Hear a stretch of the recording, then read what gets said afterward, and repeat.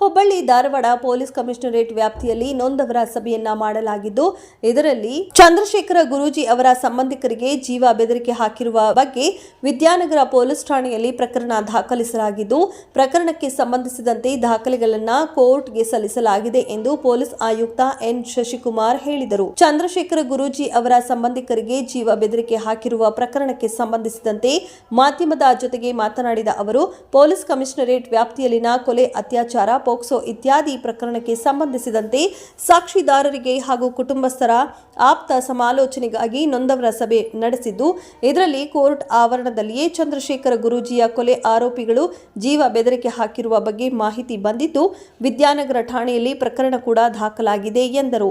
ಇನ್ನು ಈ ಪ್ರಕರಣಕ್ಕೆ ಸಂಬಂಧಿಸಿದಂತೆ ಸೂಕ್ತ ದಾಖಲೆಗಳನ್ನು ಕೋರ್ಟ್ ಹಾಜರುಪಡಿಸುವ ಜೊತೆಗೆ ಇಬ್ಬರು ಕೊಲೆ ಆರೋಪಿಗಳು ಮಾತ್ರವೇ ಈ ಜೀವ ಬೆದರಿಕೆ ಹಾಕಿದ್ದಾರೋ ಅಥವಾ ಬೇರೆ ಯಾರಾದರೂ ಈ ಪ್ರಕರಣದಲ್ಲಿ ಇದ್ದಾರೋ ಎಂಬುದರ ಬಗ್ಗೆ ಸೂಕ್ತ ತನಿಖೆ ನಡೆಸಲಾಗುತ್ತದೆ ಎಂದು ಭರವಸೆ ನೀಡಿದರು.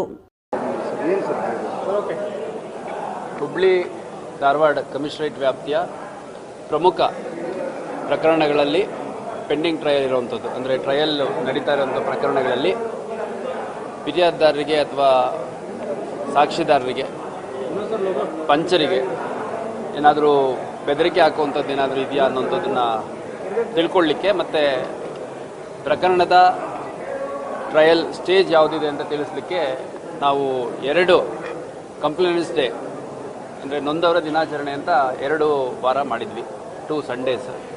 ಸೊ ಅದರಲ್ಲಿ ಮುಖ್ಯವಾಗಿ ಕೊಲೆ, ಅಟ್ರಾಸಿಟಿ, ಪೋಕ್ಸೋ, ರೇಪ್ ಮತ್ತು ಡೌರಿ ರಿಲೇಟೆಡ್, ಹರಾಸ್ಮೆಂಟ್ ರಿಲೇಟೆಡ್ ಕೇಸಸಲ್ಲಿ ನಾವು ವಿಕ್ಟಿಮ್ಸನ್ನು ಕರೆಸಿದ್ವಿ. ಆ ಸಂದರ್ಭದಲ್ಲಿ ನಮ್ಮ ವಿದ್ಯಾನಗರ ಪೊಲೀಸ್ ಠಾಣೆಯಲ್ಲಿ ಈ ಹಿಂದೆ ದಾಖಲಾಗಿದ್ದಂಥ ಒಂದು ಚಂದ್ರಶೇಖರ್ ಗುರೂಜಿ ಅವರ ಕೊಲೆ ಪ್ರಕರಣದ ಫಿರ್ಯಾದಿದಾರರು ಮತ್ತು ಅವರ ಕುಟುಂಬ ಸದಸ್ಯರು, ಸಾಕ್ಷಿದಾರರು, ಅವ್ರನ್ನೂ ಕೂಡ ಪ್ರತ್ಯೇಕವಾಗಿ ನಾವು ಕರೆಸಿಬಿಟ್ಟು ಯಾವ ಸ್ಟೇಜಲ್ಲಿದೆ ಇವಾಗ ಟ್ರಯಲ್ಲು ಮತ್ತು ಅವ್ರಿಗೇನಾದರೂ ತೊಂದರೆ ಆಗಿದೆಯಾ ಅಂತ ಕೇಳಿದಂಥ ಸಂದರ್ಭದಲ್ಲಿ ಅವರು ಯಾರು ಆರೋಪಿಗಳಿದ್ದಾರೆ ಅವರು ಜೈಲಲ್ಲಿ ಟ್ರಯಲ್ ನಡೆಯುವಂಥ ಸಂದರ್ಭದಲ್ಲಿ ಕೋರ್ಟ್ ಪ್ರಿಮೈಸಸ್ಸಲ್ಲಿ ಬಂದಂಥ ಸಂದರ್ಭದಲ್ಲಿ ಸ್ವಲ್ಪ ಗುರಾಯಿಸುವಂಥದ್ದು ಮತ್ತು ಅವರ ಪರಿಚಯಸ್ಥರ ಕಡೆಯಿಂದ ಸ್ವಲ್ಪ ಬೆದರಿಕೆ ಹಾಕುವಂಥದ್ದು ಮಾಡಿದ್ದಾರೆ ಅನ್ನುವಂಥದ್ದನ್ನು ಅವರ ಕುಟುಂಬ ಸದಸ್ಯರು ಹೇಳಿದ್ದಾರೆ. ಅದರ ಹಿನ್ನೆಲೆಯಲ್ಲಿ ವಿದ್ಯಾನಗರದಲ್ಲಿ ಒಂದು ಪ್ರಕರಣವನ್ನು ದಾಖಲು ಮಾಡ್ಕೊಂಡಿದ್ದೀವಿ. ಆ ದಾಖಲಾಗಿರೋ ಪ್ರಕರಣದಲ್ಲಿ ಆರೋಪಿಗಳನ್ನು ವಶಕ್ಕೆ ತಗೊಂಡು ಮತ್ತು ವಿಚಾರಣೆಯನ್ನು ಮಾಡಲಾಗುತ್ತೆ ಮತ್ತು ಈ ಪ್ರಕರಣದ ಬಗ್ಗೆ ಮಾಹಿತಿಯನ್ನು ಸಂಬಂಧಪಟ್ಟ ನ್ಯಾಯಾಲಯಕ್ಕೆ ಕೂಡ ಸಲ್ಲಿಸಲಾಗುತ್ತೆ. ಅದು ಮುಂದುವರೆದು ಕೇವಲ ಇವಾಗ ಹೇಳಿರೋರಿಬ್ಬರೇ ಈ ಒಂದು ಬೆದರಿಕೆಯಲ್ಲಿದ್ದಾರೆ ಅಥವಾ ಇನ್ಯಾರಾದರೂ ಇದಕ್ಕೆ ಪರೋಕ್ಷವಾಗಿ ಸಹಕರಿಸಿದ್ದಾರೆ ಅನ್ನೋದು ಕೂಡ ಪರಿಶೀಲನೆ ಮಾಡಲಿಕ್ಕೆ ನಾನು ನಮ್ಮ ಅಧಿಕಾರಿಗಳಿಗೆ ಸೂಚನೆ ಕೊಟ್ಟಿದ್ದೀನಿ. ಅಲ್ಲ, ಅಗತ್ಯ ಬಿದ್ದರೆ ತೊಗೊತೀವಿ. ಈಗ ಪ್ರಕರಣ ಮೊನ್ನೆ ದಾಖಲಾಗಿದೆ. ದಾಖಲಾದ ಮೇಲೆ ನಾನು ಸೂಚನೆ ಕೊಟ್ಟಿದ್ದೀನಿ.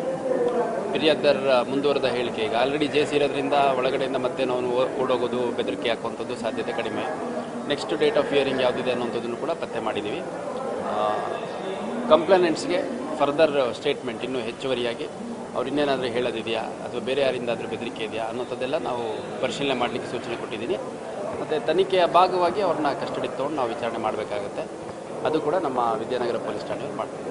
ವರದಿ ರಾಜು ಮುದಗಲ್, ಪೊಲೀಸ್ ಟಿವಿ, ಹುಬ್ಬಳ್ಳಿ.